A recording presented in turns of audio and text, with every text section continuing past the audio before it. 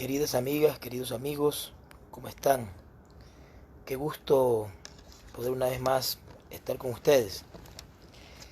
Eh, Dentro del programa de seminario sobre teorías críticas que lanzó Centralia como colectivo, este grupo que se creó hace unos 2 años atrás y que estamos intentando de alguna manera revitalizarle. Eh, dentro de este contexto hemos preparado varias ponencias con varios de nuestros colegas durante estas semanas que vienen. El día martes estuvo con nosotros Viviana Morales hablando sobre derecho ambiental. Y ahora quiero yo plantearles una ponencia que he titulado Acción de protección y litigio estratégico. Y quiero de alguna manera decirles que esta ponencia tiene como fin fundamental hablar de algunas claves particulares para poder entender el litigio constitucional respecto de la acción de protección. La semana pasada, por la invitación muy gentil de los colegas de Aprendiendo Derecho, hablé sobre el habeas corpus y este video, pues bueno, está también en mi muro y ha tenido bastantes lecturas. También entiendo que se ha subido a YouTube. Y ahora la idea pues es con ustedes conversar sobre la acción de protección y de cómo, de alguna manera, eh, hay bastantes vacíos normativos y bastantes cuestiones que hay que explicar para poder entender cuál es el alcance de la acción de protección y cómo litigar para poder obtener buenos resultados.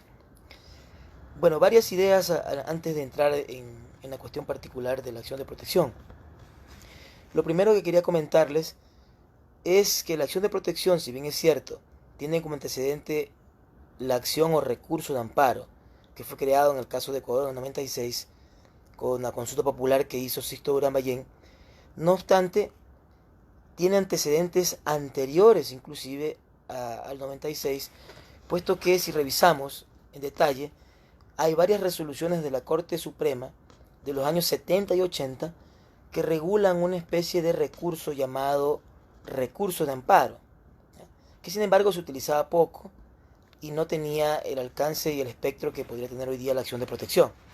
No obstante, es importante mencionarlo porque de alguna manera el amparo constitucional que se conocía en el Ecuador hasta el 96 tiene varias fuentes importantes. Una, el modelo español, donde todavía tenemos acción de amparo, se llama casi lo mismo y eso se creó en, en la ley orgánica del Tribunal Constitucional de España en los años 80, y también el amparo mexicano, ¿no? Si ustedes revisan toda la doctrina al respecto, el amparo mexicano es el modelo más antiguo de control constitucional de América Latina, de justicia constitucional de América Latina, porque fue influido particularmente por el modelo de justicia constitucional norteamericano. El amparo mexicano es una especie de adaptación del habeas corpus norteamericano. Si ustedes revisan en la actualidad, los Estados Unidos no tienen una acción de amparo de protección, sino que el habeas corpus tiene una enorme amplitud que permite ser más o menos parecido a lo que se hoy la acción de protección en el caso de Ecuador y en varias partes de América Latina. Entonces, esa primera idea quería plantearles respecto de la acción de protección, es decir, no es que nació en el 2008 ni en la ley orgánica del 2009, sino que tiene un antecedente inmediato que es la acción de amparo que se aprobó por consulta popular en el 96 y esta historia en el modelo español y en el modelo mexicano que influyó de alguna manera en el mecanismo en América Latina. También es importante mencionar que en los años 80, cuando comenzó a funcionar la Corte Interamericana de Derechos Humanos, en los primeros casos se mencionó que una de las obligaciones fundamentales de los estados en América Latina, en el sistema interamericano de derechos humanos, debía ser tener un mecanismo interno para proteger y tutelar derechos hasta antes de que pasen al sistema interamericano. Eso se hacía por dos razones. Primero, porque se buscaba de alguna manera que el sistema interamericano, precedido por la Corte Interamericana de Derechos Humanos, no fuera una especie de cuarta instancia de los casos que se trataban a nivel local, o una especie de instancia extraordinaria que pudiera de alguna manera resolver problemas que no se pudieron resolver a nivel interno. Pero por otro lado también porque dentro del sistema interamericano se acogió de alguna manera toda la tradición protectiva que tenían varios sistemas nacionales para tutelar derechos. Y ahí me refiero una vez más al amparo mexicano, que influyó de manera particularizada en este principio. Es decir, en los años 80, en los primeros casos de la Corte Interamericana de Derechos Humanos, en el caso Caballero Velázquez, en los primeros casos particulares que se dieron en la Corte Interamericana de Derechos Humanos, ustedes van a ver que allí se habla particularmente de la obligación de los estados de contar con mecanismos específicos internos para poder tutelar derechos. Y a partir de eso, pues, se crea la acción de amparo y la acción de protección en el caso de Ecuador.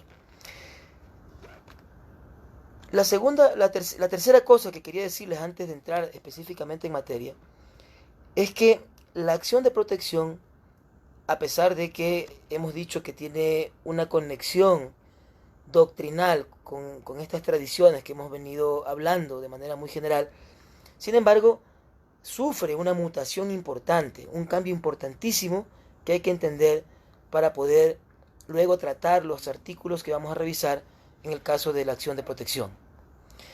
Y se refiere básicamente a la naturaleza de que en la Constitución de 2008, respecto de la Constitución del 98, la acción de protección y las garantías se convierten en mecanismos de conocimiento y no son mecanismos solamente cautelares de protección de derechos humanos. La acción de protección, en la acción de amparo, en el caso de Ecuador, desde el 96 hasta el 2008, era un mecanismo cautelar, es decir, permitía cesar la violación del derecho o evitar una violación que era inminente para violar un derecho ante un acto de autoridad. Entonces, los mecanismos de garantía antes del 2008 tenían una naturaleza cautelar. Eso es muy importante entender para lo que vamos a conversar. Mientras que después del 2008, la acción de protección y las otras garantías se convierten en mecanismos de conocimiento. Si nosotros nos vamos a la doctrina de la teoría general del proceso, en ese caso siempre nos vamos a encontrar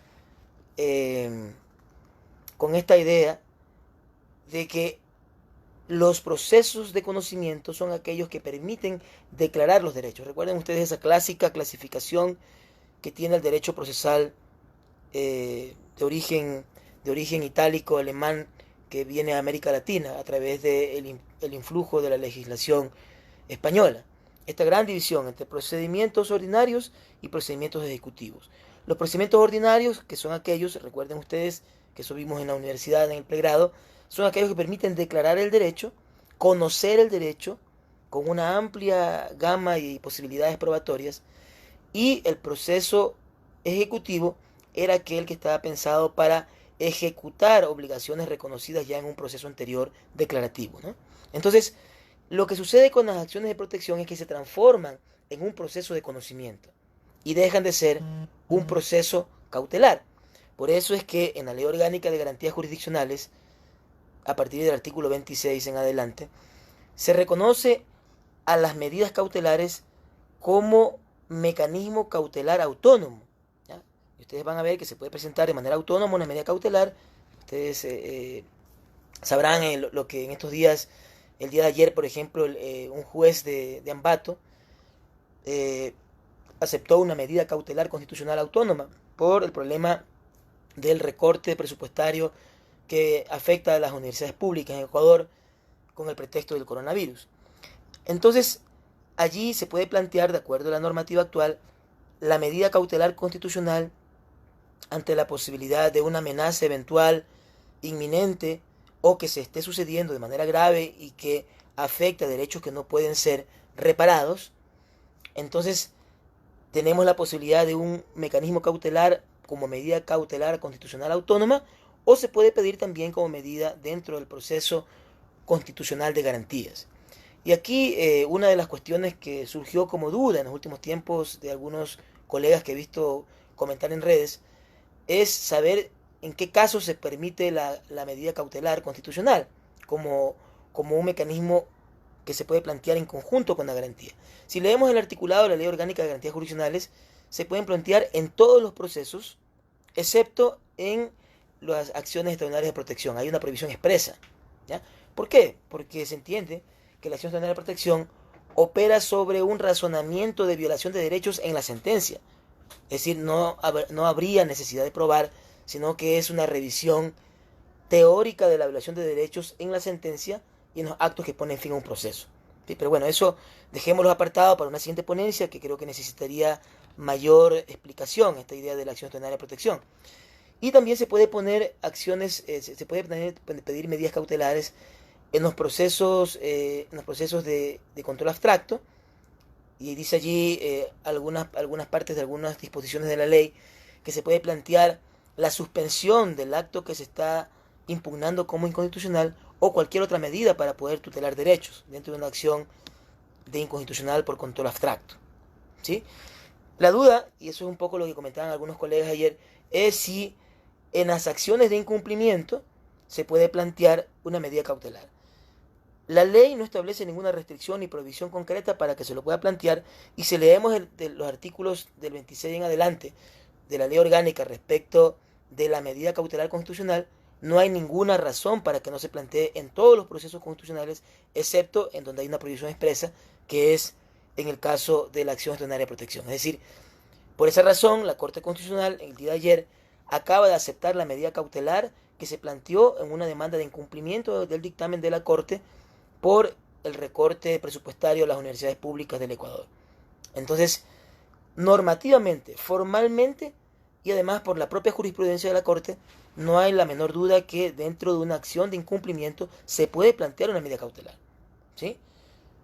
Inclusive en una acción por incumplimiento podría darse la situación si es que se demostrara que el incumplimiento del mandato específico, determinado y concreto que se da en la norma que se está planteando la acción por incumplimiento generaría alguna violación de derechos, entonces también podría plantearse una medida cautelar en ese tipo de procesos. Excepto, como les digo, en acción extraordinaria de protección, por la lógica y la naturaleza de esta garantía que, como les digo, no alcanzaremos a explicar ahora y que podemos explicar en una siguiente ponencia.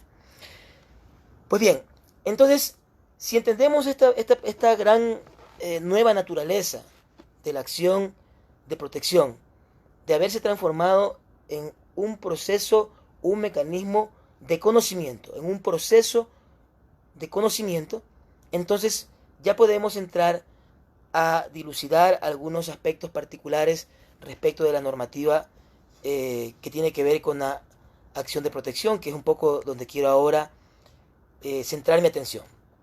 Bien, avancemos un poquito. Tengo por aquí el articulado, que quiero leer una parte específica para que se entienda cuál es el alcance y cuáles son las claves de litigio que nosotros tenemos que pelear como abogados litigantes dentro de los procesos de garantía jurisdiccional en el caso de la acción de protección. Bien, el artículo 39 de la ley habla sobre el objeto de la acción de protección, y me permito leer esta parte para que se entienda bien lo que vamos a ver a continuación. Les leo, por favor. Dice el artículo 39 de la Ley Orgánica de Garantías Jurisdiccionales y Control Constitucional, dice: la acción de protección tendrá por objeto el amparo directo y eficaz de los derechos reconocidos en la Constitución y tratados internacionales sobre derechos humanos. Yo quiero hacer énfasis en estas palabras del artículo 39. Amparo directo y eficaz. Escuchen bien.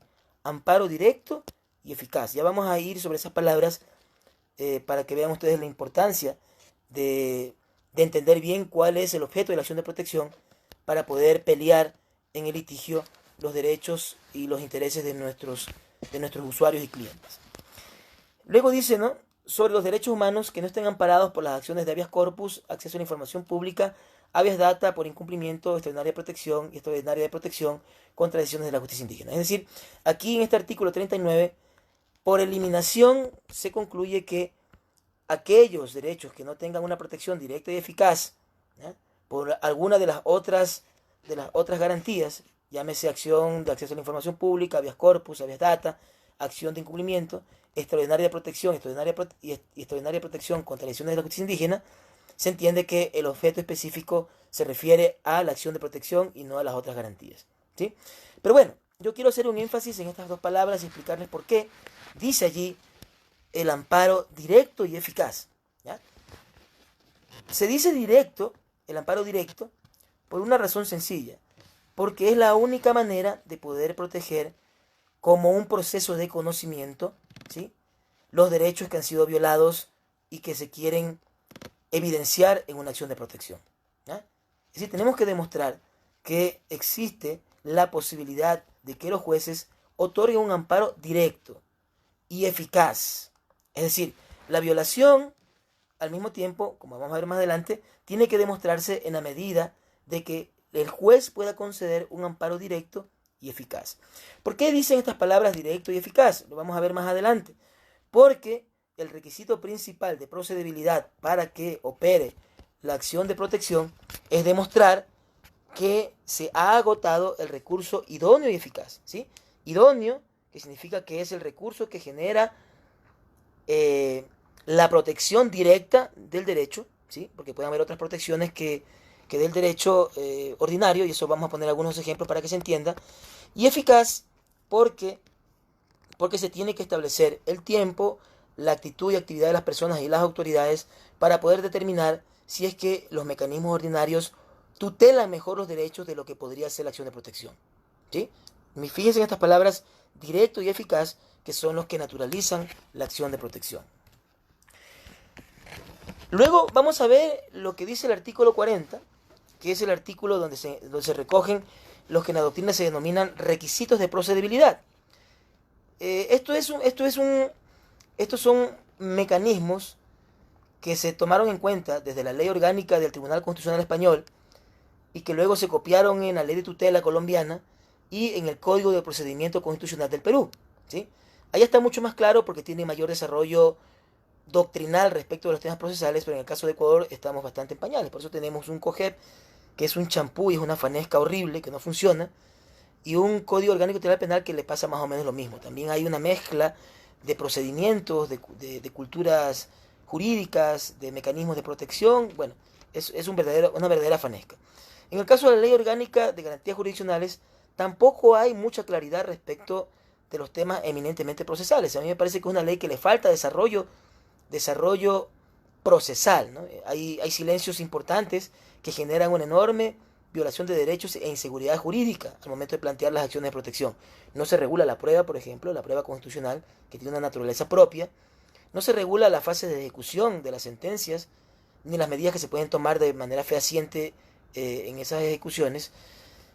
Por citar un par de ejemplos de la irregularidad o lo sumario que es la ley orgánica que tenemos en Ecuador.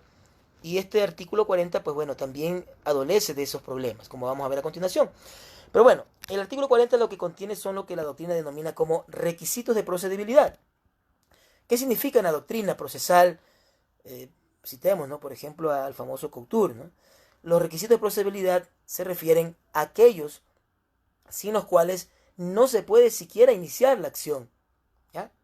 Que son distintos de los elementos formales materiales de los procesos, ¿eh?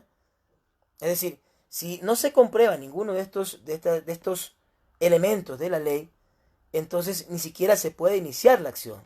Esa es la lógica, ¿no? Es decir, no procedería ni siquiera una nulidad porque ni siquiera existe proceso, ¿ya? Si no se comprueba alguno de estos elementos que vamos a ver en la ley, en el artículo 40, simple y llanamente no podemos hablar de la existencia de un proceso de garantías o acción de protección. Pero veamos los artículos, y aquí vamos a entrar ya en materia específica para hablar de algunos tips específicos que ustedes como litigantes tienen que plantear para que tenga viabilidad su acción de protección. Yo he tenido algunos resultados interesantes y les voy a contar con algunos casos y ejemplos para que se noten. Pero bien, veamos lo que dice el artículo 40 sobre estos requisitos de procedibilidad. Artículo 40 dice, y lo leo: la acción de protección se podrá presentar cuando concurran los siguientes requisitos. Concurran. Ojo con esa palabra, ¿ya? Es decir, tienen que estar los tres elementos como requisitos para que proceda la acción de protección, ¿ya? Eso es importante, van a ver por qué les digo esto. Lo primero, violación de un derecho constitucional. ¿Ya? El primer elemento o requisito. Segundo, acción u omisión de autoridad pública o de un particular de conformidad con el artículo siguiente. Es decir, la parte principal de una acción de protección es determinar claramente cuál es el acto u omisión de la autoridad pública, ¿ya? Para que se pueda determinar si es que procede o no una acción de protección, ¿ya? A este artículo, como ustedes ya van estableciendo, como ustedes van dilucidando, en realidad mezcla aquí, ¿no?, el requisito de procedibilidad con los requisitos particulares de fondo que se tienen que demostrar dentro del proceso. ¿Ya? Pero bueno, pensemos que en realidad cuando se hizo la ley se pensaba que debía desformalizarse un poco el derecho constitucional para facilitar la protección de los derechos humanos. Entonces, pensemos que por buena fe pues se dejó este artículo como está, pero les voy a plantear los problemas que se presentan en este artículo que vamos a ver a continuación. Bueno, entonces lo segundo, como les comentaba, es de verificar el acto o omisión de autoridad. Ahí hay que ver algunas cosas, si la autoridad es la competente, si la autoridad estuvo al momento de emitir un acto como competente. Esos ya son elementos que pudieran viciar de inconstitucionales los actos u omisiones que vamos a plantear dentro de una acción de protección. Luego también no se olviden que también hay acción de protección contra particulares, ¿no? Eso es una cosa interesante. En el caso de la acción de protección hubo dos cambios sustanciales respecto de la protección de derechos que son radicalmente importantes. Primero, la acción popular, es decir, la posibilidad de que cualquier persona pueda plantear una acción de garantía, no solamente acción de protección, cualquier persona, sin ser la persona víctima de la violación de derechos. Antes de la reforma, en acción de amparo, uno de los problemas formales más importantes que impedía que se protejan derechos era justamente que muchas personas no podían demostrar que eran las víctimas. Entonces se desechaban las demandas. Pero en el 2008, sobre la base de generar una mayor exigibilidad de derechos, ¿ya?, y ampliar la posibilidad de protección de derechos, se planteó la acción popular. Es decir, cualquier persona, sin ser la persona víctima de violación de derechos, puede plantear una acción de garantías. Claro, el juez deberá determinar, para poder reparar los derechos, quiénes son o quién es la víctima cuyos derechos se fueron violados por el acto de autoridad. Sin embargo, cualquier persona puede hacerlo.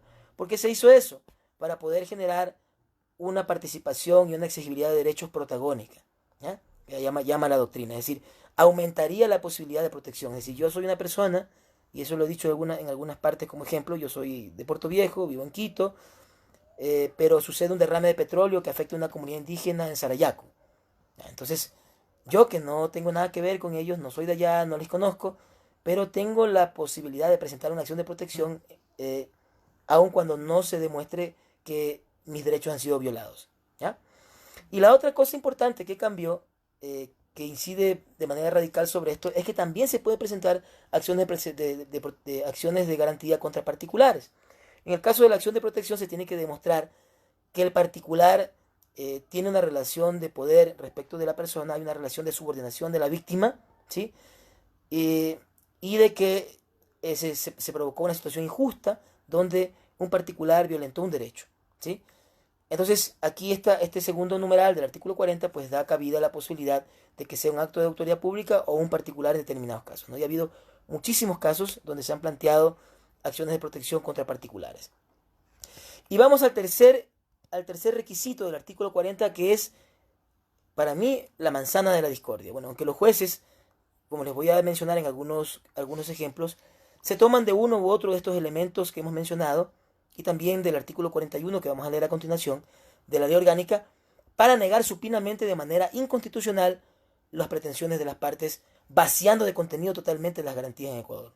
De manera irresponsable, porque tienen miedo, porque temen ser votados por el Consejo de la Judicatura por una sentencia creativa, porque no quieren meterse con los abusos del poder del Ejecutivo o de un particular con poder. Bueno, por las razones que sean, y además por problemas de independencia judicial, por las razones que sean, este numeral es el que recurrentemente utilizan los jueces para negar de manera inconstitucional y de manera ilegítima todos los procesos de protección en un 90%, ¿sí?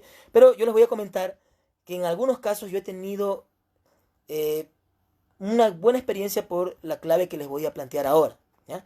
Que es un poco el consejo que les voy a dar, respecto de cómo defenderse ante este argumento falaz de la mayoría de jueces ecuatorianos. Bueno, el tercer elemento o requisito de procedibilidad del artículo 40 dice inexistencia, ojo lo que dice, inexistencia de otro mecanismo de defensa judicial adecuado y eficaz para proteger el derecho violado. ¿Ya? Entonces, ¿qué es lo que plantean la mayoría de jueces y los que están aquí y me están viendo? ¿Qué es lo que dicen la mayoría de jueces? Es que no se ha agotado el recurso ordinario, que existe un recurso ordinario para poder proteger el derecho y por tal razón no alugar la acción de protección. ¿Ya? Primera cosa, el artículo 40 dice que hay 3 requisitos, no solo uno. Es decir, puede ser que haya una violación del derecho constitucional, aunque existe un mecanismo de defensa judicial adecuado, ordinario, para proteger el derecho. ¿No? Es decir, no necesariamente si no existe el tercero significa que no se puede dar la protección, porque si hay la violación del derecho, y eso lo ha dicho la Corte Constitucional anterior, está el precedente constitucional 016 JPO, ¿ya? Que los mismos jueces citan, ¿no? Citan allí que se tiene que este artículo 40 desglosar y si no se cumplen algunos de los otros requisitos, pero existe una violación del derecho, entonces se tiene que resolver y no se puede tomar eso como motivo para poder negar el acceso a la justicia en acción de protección. Sin embargo, los jueces dicen, en la mayoría de veces, es que no existe otro mecanismo de defensa judicial. Perdón, existe el mecanismo ordinario de defensa judicial. ¿Ya? Les voy a plantear el caso. ¿Ya? Una persona es despedida de su trabajo en una institución pública. ¿Ya? Tenía un contrato, tenía un nombramiento provisional. Sin embargo, esta persona, que además llevaba 10 años trabajando en la institución, tenía las mejores notas, ocupó los mejores cargos, tuvo encargos para poder capacitarse. Durante 5 años le dieron la posibilidad de ir a cursos internacionales, recibió reconocimientos. ¿Ya?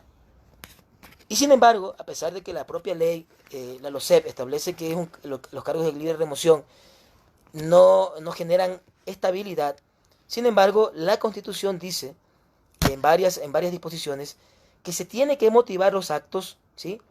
Y que tiene que haber razones específicas para fundamentar los actos administrativos. Es decir, el acto en el que una persona, a pesar o con independencia de la relación laboral o contractual con el Estado, es separada del Estado sin que haya una razón técnica, un informe previo, ¿ya?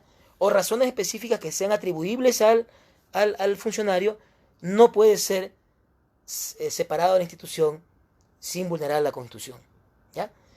Entonces, en la mayoría de casos, cuando se plantea un caso como este, lo que dice el juez, pero oiga, existe el procedimiento del contencioso administrativo, del COGEP, ¿ya?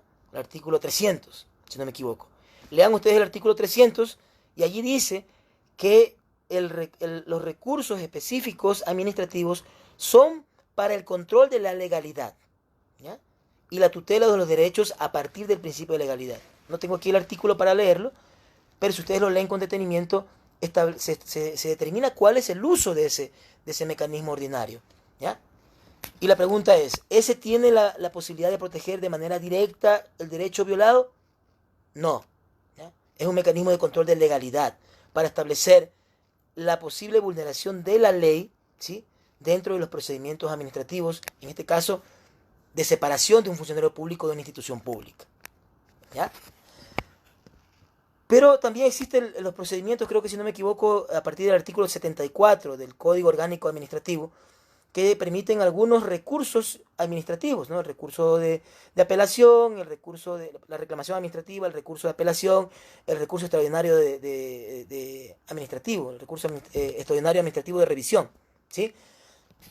Pero, si ustedes revisan, esos recursos sirven para cuestionar la legalidad, ¿sí? En vía administrativa, es decir, en los procedimientos donde el Estado es juez y parte.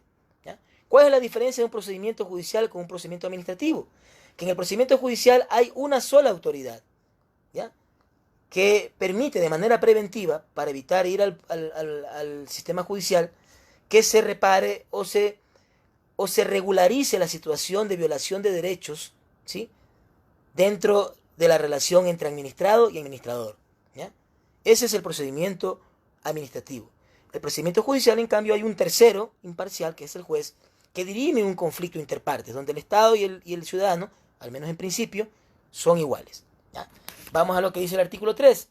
Inexistencia de otro mecanismo de defensa judicial, ¿ya?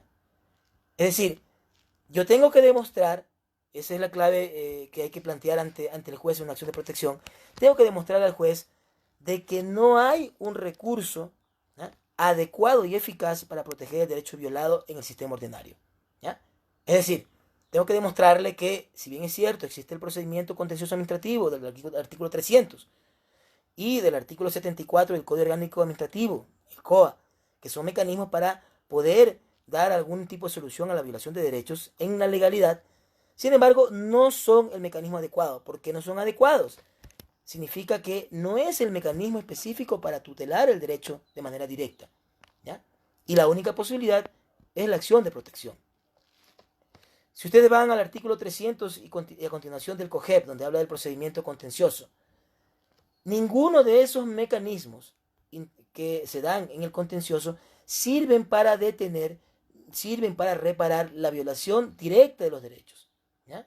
De los derechos, es decir, tiene que haber un nivel de gravedad, ¿ya?, de gravedad que ustedes identifiquen dentro de los procesos de garantías, para que ustedes digan que la única forma es de proteger los derechos es la acción de protección, porque es el mecanismo de protección directa, ¿ya? Y lo otro, una cuestión también importante, tienen que demostrar que el mecanismo no es eficaz. Yo tengo varios clientes, por ejemplo, una persona que durante 10 años está debatiendo su separación del Estado, ¿ya? El caso de un juez, ¿sí?, que fue separado del Estado porque se le sancionó por un acto jurisdiccional, que eso violenta el principio de independencia judicial interna del artículo 123 del Código Orgánico de la Función Judicial y el artículo 168, numeral 1 de la Constitución, ¿ya?, la independencia judicial interna, ¿sí? Y esta persona está litigando durante 8 años, ¿ya? Es más, tengo otro cliente que tiene 5 años con autos para decidir del contencioso administrativo. Supongamos que en todo caso sea el procedimiento adecuado para proteger y tutelar el derecho de estos funcionarios que estoy conversando en el ejemplo, de la jueza y de este compañero fiscal, ¿ya? Supongamos que sea el procedimiento adecuado, ¿ya? Digamos que vamos en la ficción de que son los procedimientos adecuados para tutelar derechos, ¿ya? Sin embargo, no es el mecanismo eficaz. ¿Cómo puede ser eficaz un mecanismo que ha obligado al ciudadano a litigar durante 10 años sin ninguna solución, y a otra persona esperando 5 años cuando ya está con autos para decidir? Imagínense eso, ¿no? Saben muy bien que cuando se eleva autos para decidir en un proceso contencioso, significa que ya solo lo que falta es la decisión, el fallo. Ya se actuó todo, ¿ya? Yo tuve un caso también de otra persona donde inclusive, ¿ya?, inclusive miren lo que sucede. Se pide autos para decidir en el proceso administrativo de él. Se trata de un policía del 30S, ¿ya? Se eleven autos, ¿ya? Se pide que se eleven autos, ¿ya? Y el contencioso no contesta. Y se sigue insistiendo que se eleven autos para decidir. Ya se actuó todo. Y después de un tiempo contesta el contencioso diciendo todavía falta evacuar pruebas. El abogado de mi cliente le insiste, bueno, entonces dígame qué pruebas faltan por actuar. ¿Cuándo? ¿Cómo? ¿Cómo se va a hacer? Silencio total del contencioso.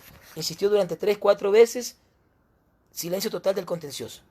Y de repente, el abogado de mi cliente se descuida, pasan el plazo establecido en el COGEP, que además es dudoso, y hay una sentencia que a mi criterio es inconstitucional de la Corte Nacional, que establece que se aplican los plazos establecidos para el abandono en el COGEP, ¿ya?, que son, en mi criterio, una norma menos beneficiosa que la anterior, ¿sí? Entonces se le aplican a los procesos nuevos, viejos, la misma normativa del COGEP, ¿ya?, y se declara abandonado el proceso, ¿ya?, y se deja en total indefensión a esta persona. Entonces el mecanismo en el caso de él no es ni adecuado y mucho menos puede ser eficaz un proceso que demora 5, 8, 10 años sin resolución, ¿ya? Porque habría que demostrar si es que en realidad fue responsabilidad de la persona que está accionando, el accionante, ¿ya? Y sin embargo, en estos casos que les comento, es la autoridad la responsable del paso del tiempo innecesario en el que se condena a una persona a litigar casi per secula seculorum. Y eso es terrible. Entonces, no puede ser el mecanismo adecuado ni eficaz. Es decir, la clave para poder debatir de manera adecuada con los jueces y que no salgan con esta pachotada de que existe el procedimiento ordinario, es demostrarle al juez. Y he tenido bastantes buenos resultados con esta actuación. Y les he demostrado que el procedimiento ordinario no es el procedimiento idóneo, no es el adecuado, ni tampoco el eficaz para tutelar los derechos. Y por tal razón, el único que me puede permitir eso es la acción de protección. ¿Sí? Otra cosa con la que suelen salir los jueces. Dicen allí, no se ha demostrado la violación de un derecho constitucional. Lastimosamente, hasta la Corte Constitucional actual, en las acciones extraordinarias de protección, dice eso. ¿Ya? Los jueces tienen la obligación de demostrar, tienen la obligación de motivar su sentencia. ¿Ya? Y solamente ponen una frase, no se ha demostrado la violación del derecho, por tal razón, negado. ¿Ya? En las apelaciones yo he insistido, ¿ya? Y he tenido un par de buenos resultados allí, basado en el derecho a la motivación de las sentencias. ¿Ya? Y he presentado quejas contra algunos jueces, porque me parece absurdo que en una sola frase, y lastimosamente la Corte Constitucional tampoco está haciendo bien su trabajo y no da un buen ejemplo, debería hacerlo porque es el guardián de la Constitución, ¿ya? No se establece qué significa la violación de un derecho constitucional. ¿Ya? Lastimosamente la Corte Constitucional no ha definido, para poder evitar todo esto que estamos conversando, qué significa o cómo se tiene que probar la violación del derecho constitucional. Es todo un misterio y cada juez hace lo que le da la gana, ¿ya? Y tampoco ha demostrado qué significa la inexistencia de otro mecanismo adecuado y eficaz, qué significa adecuado y qué significa eficaz. ¿Ya? No se ha dicho jurisprudencialmente y la Corte en eso nos queda debiendo, hasta ahora, ¿no? Entonces, esta es la primera gran clave que les quería dar respecto de la particular forma de entender este numeral. Sin embargo, hay jueces que a pesar de esto que yo digo, me parece a mí de una verdad de perogrullo, una cosa bastante lógica, no veo problema, ¿ya? Salvo que el juez tenga algún problema mental. Pero sin embargo, a pesar de eso, me han negado algunas acciones de protección en primera instancia. Y en segunda instancia he planteado una revisión mucho más exhaustiva de este mecanismo que está aquí. Quiero decirlo de manera general, y yo estoy escribiendo alrededor de eso. Estamos escribiendo en realidad con Angélica, con Santiago, con Richard. Queremos hacer un manual que especifique justamente estas cuestiones particulares y que saldrá en los próximos meses. O sea, ya me comprometo a escribirlo. En realidad no ha habido mucho tiempo, pero estamos escribiendo sobre esto. Pero para poderme defender en apelación, yo he estado utilizando la siguiente argumentación que yo les pongo a su consideración. ¿Ya?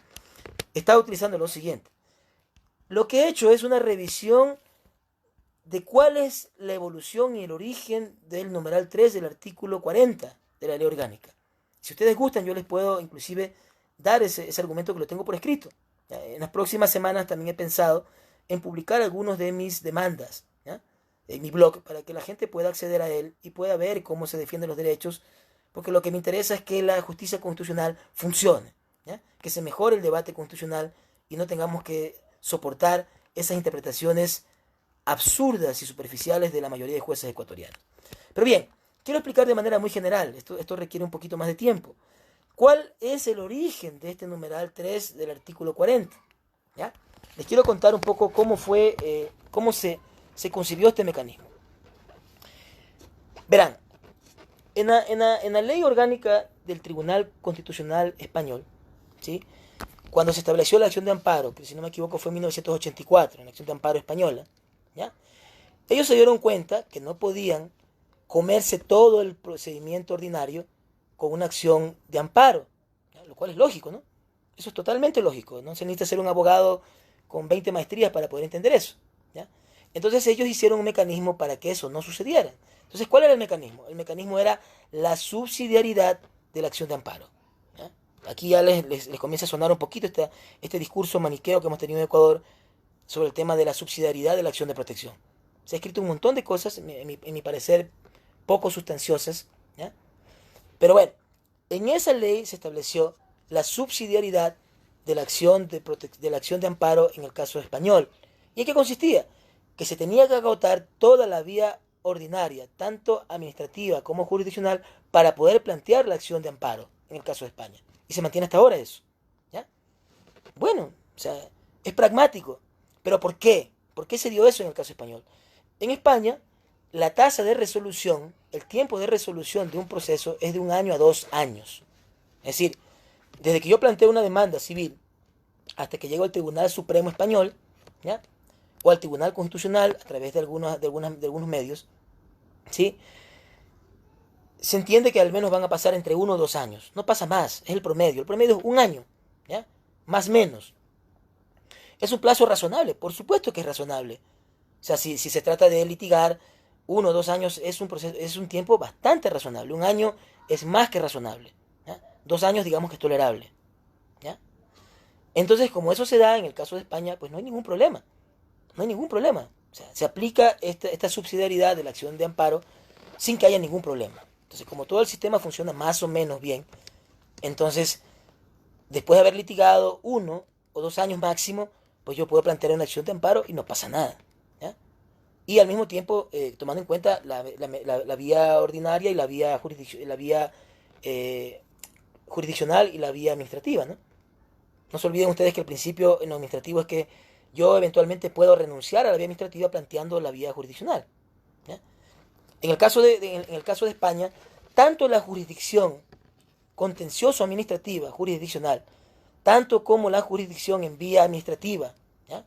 Están totalmente separadas y tienen una magistratura bastante bien construida. ¿Ya? Diría que lo más parecido en América Latina a eso lo tiene Colombia. ¿Ya? Entonces no hay problema. Está clarito. Está clarito cómo funciona el mecanismo y eventualmente, pues si yo tengo que litigar 1 año o 2 años para agotar toda mi vía ordinaria, administrativa y judicial para ir a la acción de amparo, no hay ningún problema. ¿Ya? ¿Qué sucede? Que cuando se comenzaron en los años 90 a implementar en América Latina los tribunales constitucionales, las cortes constitucionales, las salas constitucionales en las cortes supremas, o cuando se comenzó a dotar algunas cortes supremas de funciones jurisdiccionales para el control constitucional. Bueno, ya había en el caso de América Latina, en Colombia y Argentina, un antecedente de que las cortes desde el siglo XIX ya lo venían haciendo. ¿Ya? Pero en cambio, digamos, cuando se trasplantaron estos mecanismos a América Latina, uno de los modelos que fue utilizado fue el modelo español, ¿ya? Para el sistema de garantías y para la determinación de los organismos constitucionales de control y de justicia constitucional. ¿Okay? Entonces, se utilizó como modelo la ley orgánica del Tribunal Constitucional que hemos venido comentando. ¿Sí? Se aplicó en algunos países de América Latina y quiero hacer referencia específica del modelo colombiano porque ese fue el que se copió en 2008 para hacer la ley de 2009 que tenemos en vigencia de control y garantías jurisdiccionales en Ecuador. ¿Ya? En Colombia, en el 91, como ustedes saben, tienen una nueva constitución que fue un instrumento que irradió América Latina, ¿ya? De una nueva cultura constitucional, ¿sí? Y la Corte Constitucional se convirtió en un gran paradigma, no solamente en Colombia, sino a nivel internacional, ¿no? Esa sí fue verdaderamente una corte de lujo, ¿no? Con Uprimi, con Carlos Gaviria, con Ciro Angarita, bueno, unos verdaderos monstruos del pensamiento latinoamericano y del derecho latinoamericano. Y además con unos niveles importantes de independencia y de creatividad jurisdiccional. Pues bien, ellos copian, porque no se olviden que en el 91 en Colombia se le dio la posibilidad al Ejecutivo que establezca las leyes estatutarias, ¿ya? Y las ponga en vigencia, y luego la propia Corte estableció que esas leyes tienen rango constitucional, por lo cual solo ellos pueden interpretarla y reformarla, ¿ya? Eso que llaman bloque de constitucionalidad, ¿sí? Les dan rango de constitución a estas leyes estatutarias, y una de esas leyes estatutarias fue la ley estatutaria de tutela, ¿ya? Que fue una copia parecida a la de España, ¿ya? Y el artículo donde se establecía la subsidiariedad, que les hacía referencia yo, lo copian en la ley de tutela de Colombia. Punto. ¿Qué sucede? Colombia, a pesar de que nos lleva unos 20 años luz en temas de institucionalidad y justicia, ¿ya? A pesar de eso, los procesos demoran un promedio de 3 años en resolverse. Entonces, la Corte Constitucional consideró que no era posible mantener el sistema de subsidiariedad total, como tiene España, y lo que hizo fue un sistema de subsidiariedad parcial, ¿ya? Entonces estableció que no se tiene que agotar el recurso idóneo y eficaz, ¿ya? Perdón, no se tiene que agotar la vía administrativa y judicial, sino que se tiene que demostrar que no existen los mecanismos de defensa judicial adecuado y eficaz, que es exactamente lo que tenemos en el numeral 3 del artículo 40. Y su fundamento no solamente en la propia realidad colombiana, sino también utilizó estas sentencias que les comentaba yo, comenzaron a hablar sobre el plazo razonable, sobre la necesidad y la obligación de los estados de que establezcan mecanismos de protección interna de los derechos humanos, ¿sí? Y se utilizó este mecanismo que ustedes conocerán muy bien del sistema interamericano, este mecanismo de subsidiariedad que dice que se tiene que agotar el recurso interno para poder plantear las acciones ante el sistema interamericano de derechos humanos. Por supuesto con excepciones, ¿no? Cuando ha sido imposible practicar el mecanismo de defensa interno, cuando ha pasado un tiempo exagerado de tiempo, cuando la actuación del Estado, de los agentes del Estado han impedido que se dé la protección de los derechos, entonces no se tendría allí en ese caso que agotar el recurso interno para poder acceder a la Corte Interamericana de Derechos Humanos. Bueno, el mismo mecanismo fue el que inspiró a la Corte de Colombia y estableció este mecanismo de subsidiariedad parcial, digámosle así, ¿ya? Que tenemos en el caso de Ecuador, ¿ya? Entonces, resulta absurdo por demás decir que se tiene que agotar el recurso administrativo o jurisdiccional ordinario para que proceda la acción de protección. Si no funciona esta primera estrategia de demostrar que no es el recurso adecuado y eficaz, en todo caso se puede proponer una argumentación un poco más compleja, que es determinar el origen de esto. Y en algunas apelaciones yo ya he planteado eso ante la Corte Provincial de Pichincha, ¿ya? Algunos casos, ¿ya? En uno ya algo medio intentaron entender y algo pusieron en la sentencia que me dio la razón. Pero eventualmente los jueces este tipo de cosas lo evaden porque les trae problemas, ¿ya? Porque aquí de lo que se trata es proteger al Estado, proteger a los particulares con poder, evitar sentencias creativas que luego les traigan problemas a los propios jueces. Porque no solamente pasa eso en el sistema judicial, pasa en la sociedad ecuatoriana. Aquí se castiga la creatividad y la innovación. En el Poder Judicial no es la excepción tampoco. Bueno, entonces luego hay otros requisitos que se llaman requisitos de improcedencia de la acción, ¿ya? Es una cosa un poco extraña. Mientras los primeros son una especie de elementos materiales de fondo, pareciera que los otros son elementos formales, ¿ya? Que no son de fondo y que se incluyen en el artículo 42. Y aquí hay algunos que son, por supuesto, bastante obvios y repetitivos, pero hay unos tres que se utilizan también para negar las acciones de protección y ante lo cual yo planteo las siguientes claves de defensa.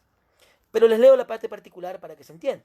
El artículo 42, donde habla sobre la imprecedencia de la acción, dice: la acción de protección de derechos no es procedente o no procede. 1.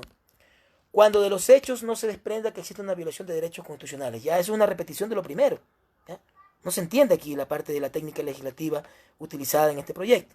Se repite, ¿no? Pero van a ver cuál es la diferencia, ¿no? Aquí hay una cosa que es una trampa. 2. Cuando los actos hayan sido revocados o extinguidos, salvo que de tales actos se deriven daños susceptibles de reparación. Es un tema inclusive que, por ejemplo, Rafael Ollarte ya trató en su manual de Derecho Constitucional, y allí, por ejemplo, él mencionaba antes que esta casuística no había sido incluida, ¿ya? Y es una cosa que se ha tratado en alguna jurisprudencia y doctrina internacional y parece importante. Creo que se ha utilizado muy poco. Muy poquito se ha utilizado esto. 3. Cuando en la demanda exclusivamente se impugne la constitucionalidad o legalidad del acto o omisión que no conlleve a la violación de derechos. Esta es una trampa terrible, ¿ya? Por ejemplo, en algunos casos, cuando yo he planteado algunas acciones de protección, ¿ya? Es obvio que si un artículo es inconstitucional y permite la violación del derecho, ¿ya? Son dos cosas que no son excluyentes. Es decir, el juez inclusive podría consultar a la Corte si es que ese artículo de la ley es inconstitucional, si tiene una duda razonable sobre eso. Pero mira aquí lo que dice: cuando la demanda exclusivamente, es decir, si yo exclusivamente planteo un problema de constitucionalidad de una ley que contradice la Constitución o cualquier norma inferior, es obvio que se aplicaría este numeral. Pero aquí la magia es la palabra exclusivamente, ¿ya? Pero si se plantea, porque es imposible separar quirúrgicamente dónde termina la violación del derecho y la norma que es inconstitucional. Por ejemplo, pensemos en el caso de los jueces. El error inexcusable es abiertamente inconstitucional. abiertamente inconstitucional, ¿ya? Pero al mismo tiempo, el acto, es decir, la destitución que ordena el Pleno del Consejo de la Judicatura, es inconstitucional, porque no está motivado, porque el auto altera es discriminatorio, porque violenta el principio de independencia judicial interno, pero también es inconstitucional, ¿ya? Pero ojo, aquí la palabra es exclusivamente. Aquí me decía una amiga algún rato, mira, trata de no hablar sobre inconstitucionalidad, porque dice la palabra inconstitucionalidad y el juez se vuelve loco. A mí me parece una cosa estúpida, ¿no? ¿Ya? Pero en todo caso aquí yo he peleado algunas veces porque me han intentado bajar los casos los jueces del Estado, que son tan acuciosos en esto, ¿no? La demanda, ¿no? Exclusivamente, esa es la clave, ¿ya? 4. Cuando el acto administrativo puede ser impugnado en la vía judicial, salvo que se demuestre que la vía no fue adecuada ni eficaz, una vez más se repite el artículo 3º, o sea, me parece estúpido, ¿no? Pero sin embargo van a ver cuál es la diferencia, ¿no? En este artículo respecto al artículo anterior. 5. Cuando la pretensión del accionante sea la declaración de un derecho. Esta es una trampa mortal, ¿ya? Miren lo que dice. Cuando la pretensión del accionante sea la declaración de un derecho. Si estamos diciendo, yo me he matado en los juzgados diciéndole al juez, vea, la acción de protección de 2008 es un proceso de conocimiento. ¿Y qué significa de conocimiento? Que tiene que declarar el derecho. De hecho, el artículo 42, numeral 1 y el artículo 40 que vimos hace un rato, numeral 1, dice allí que se tiene que demostrar la violación del derecho, ¿ya? Es decir, si se establece la violación del derecho, tiene que declararse la violación del derecho. ¿Para qué? Para que se pueda reparar, ¿ya? Es la lógica y la naturaleza de la acción de protección. Pero ¿para qué se puso el numeral 5? Hay que ver cuál es el iter legislaciones de este numeral, ¿ya? ¿Para qué se puso esto? ¿Para qué? Para diferenciar de los problemas de legalidad común, ¿ya? Es decir, si yo lo que quiero es que se declare un derecho de legalidad, ¿ya? Entonces la vía sería la vía ordinaria y no la constitucional. Quiero poner un ejemplo para que se entienda. Si ustedes tienen una persona, conjunto de personas que están en un terreno baldío, están allí durante 2 años, han hecho unas covachitas y la gente les dice que son invasores. Ahí hay unas tierras de alguien que nadie sabe dónde vive, nadie sabe dónde está, ¿ya? Y ahí han vivido 2 años, nadie ha puesto ningún pero. Y esta gente, a través de algunos traficantes de tierra, han establecido escrituras públicas. Por supuesto, ninguna de ellas se puede inscribir en el registro de la propiedad porque simple y llanamente no son propietarios, ¿no? Y porque hay una inscripción previa de algún dueño, ¿ya? Y allí se les da la escritura, ellos tienen un lote, le pagan al traficante y esa gente vive ahí. Son invasores en el entendimiento de los ciudadanos, ¿no? Pero de repente sucede que por allí van a hacer un centro comercial, un mall, ¿ya? Gigantesco que cuesta 50 millones de dólares. Entonces los dueños de ese terreno dicen, oigan, este terreno tiene plata, tiene valor.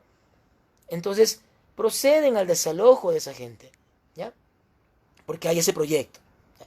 Y como son amigos del gobernador, pues inmediatamente plantean un escrito, una denuncia al intendente e inmediatamente esta gente es desalojada por el uso de la fuerza y se le detumba todo lo que construyó.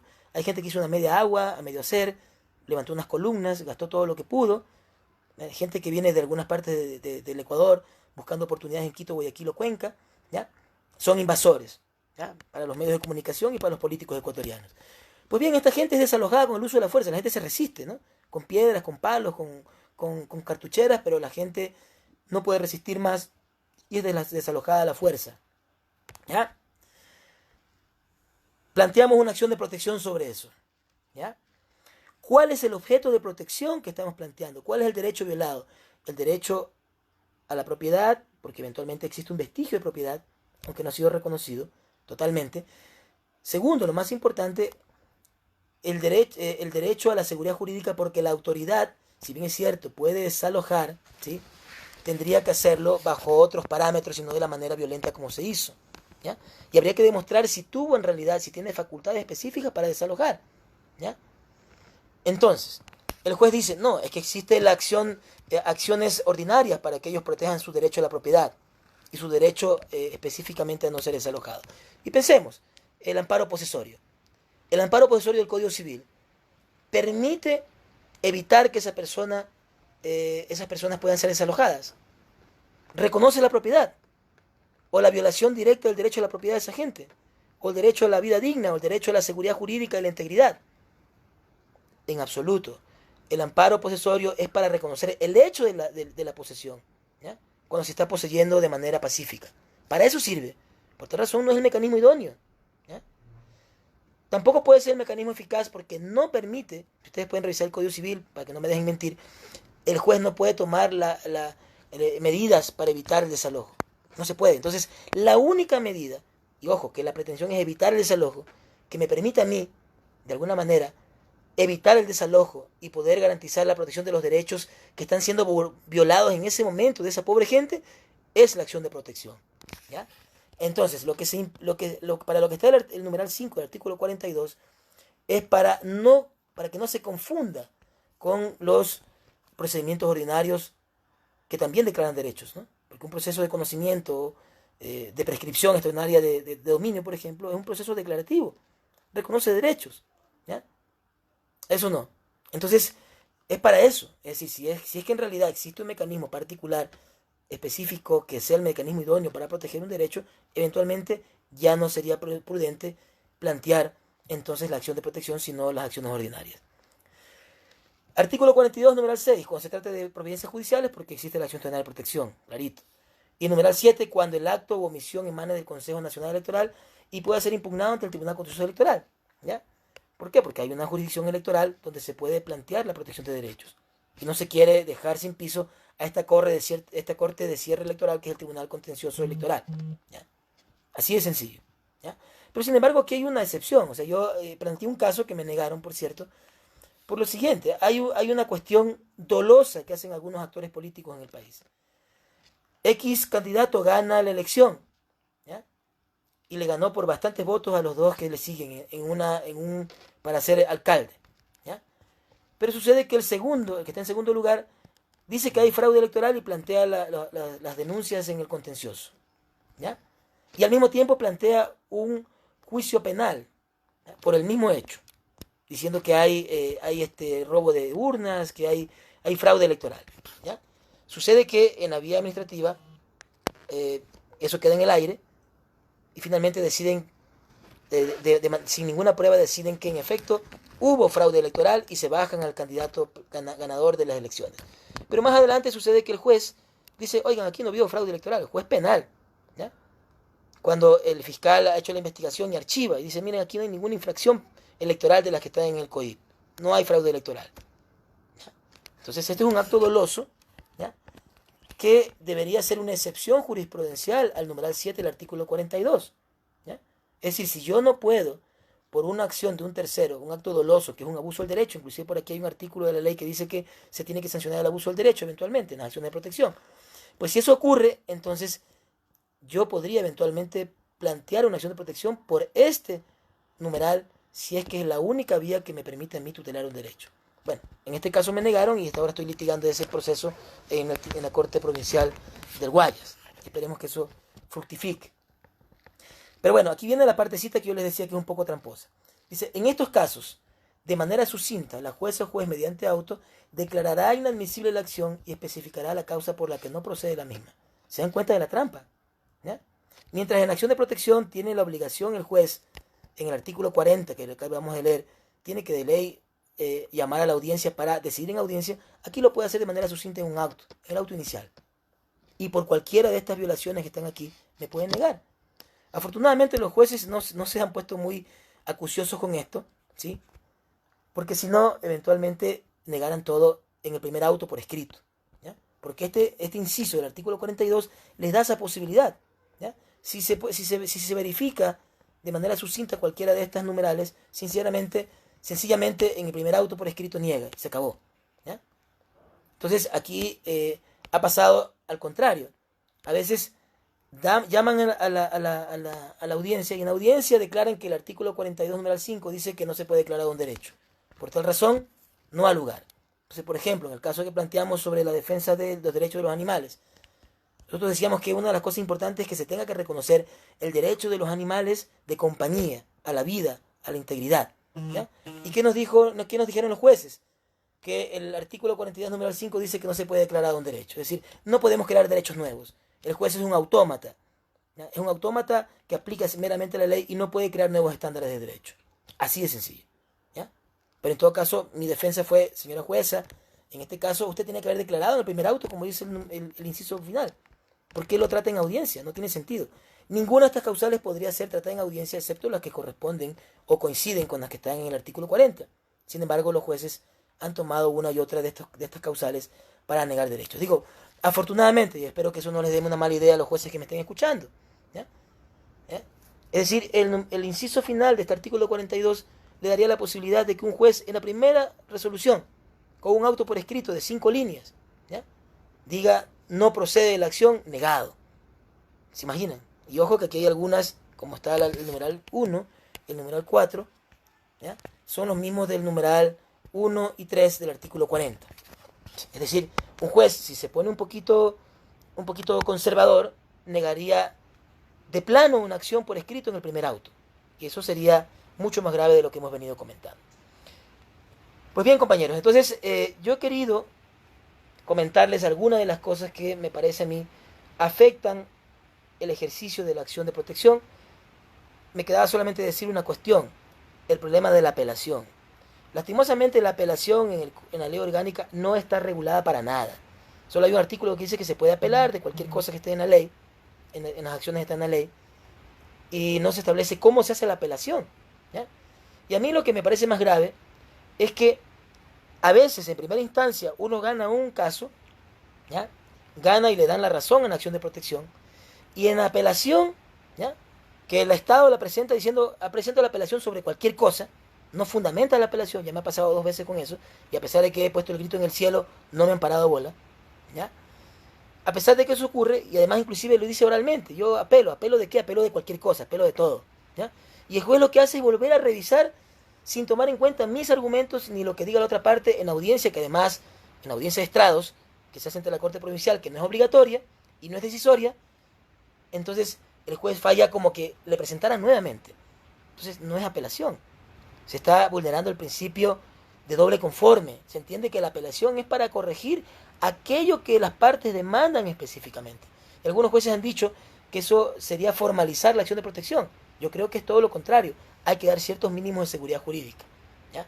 Entonces, acciones que se ganan en primera instancia son negadas en segunda instancia como que se tratara como que se tratara de nuevo, ¿no? Es decir, yo tenía un caso, por ejemplo, de unas personas desalojadas del mercado.